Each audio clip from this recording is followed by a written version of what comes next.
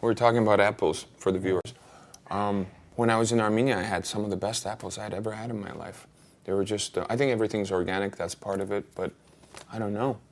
Well, like in the West, in a lot of places, like you don't know if you're buying organic or not. And generally I do buy organic, but even organic doesn't taste as good in the West, for me. I mean, in Los Angeles, let's say, or in the US. I don't know. Any idea what it is? It's the secret to taste. The less you fuck with it, the better it tastes. I think that's as simple as that, you know? That's, in general, a good statement, probably. Yeah. Okay, let's talk about your music. Mm. Elected Dead, your album, it's almost a year old now. How do you look back on your, well, let's say your first solo year? It's been great. It's been a really fun experience, you know. First making the record and putting it out, doing all the fun marketing things, and then putting the band together and doing the whole live thing for about a year. We've played a number of European festivals over the last 2-3 months. And that's been exciting, and, you know, doing like improvisational stuff between songs and doing covers, and I'm really excited about, we have a version of our song Money mixed with ABBA's Money, Money, Money. Really? So we've been kind of playing that. That's been going off really well at the festivals. I mean, you know, it's not world-changing, but it's fun. You know? Yeah, but have you, as a musician, then you with your band, have you changed a lot in a year? We've gotten a lot tighter, obviously. You know, the more you play, the more in sync you are, and yeah, I think we've gotten really, really good as a group, as a unit. You know, it's kind of like the end of that touring cycle, and in some ways it's a shame because, like, we're kind of really, really connected. You know.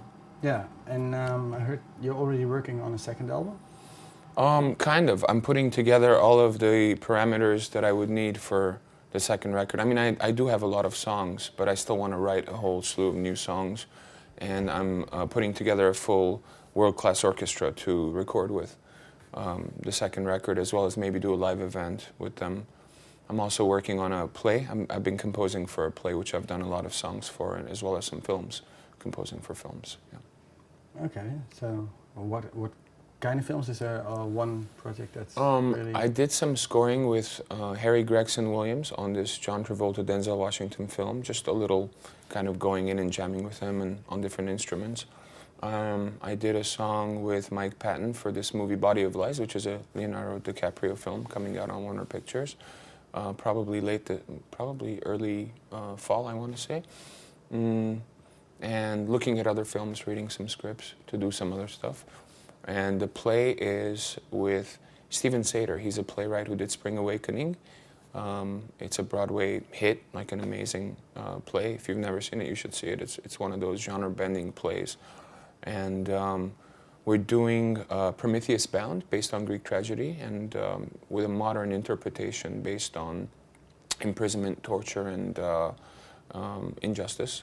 And I've done most of the songs for it. It goes from very classic type of strings and beautiful harmonies to modern songs to noise to electronic to rock, like really interesting, very sad, very, like I was in my hotel room the other night and I was listening to some of the songs back and I just got depressed. I'm like, fuck, I gotta get out of here. I gotta go get some dinner. I just felt depressed. How come? I don't know. Usually my own songs don't affect me that much because I go through the emotions in creating them, so I'm less affected by them in the after effect.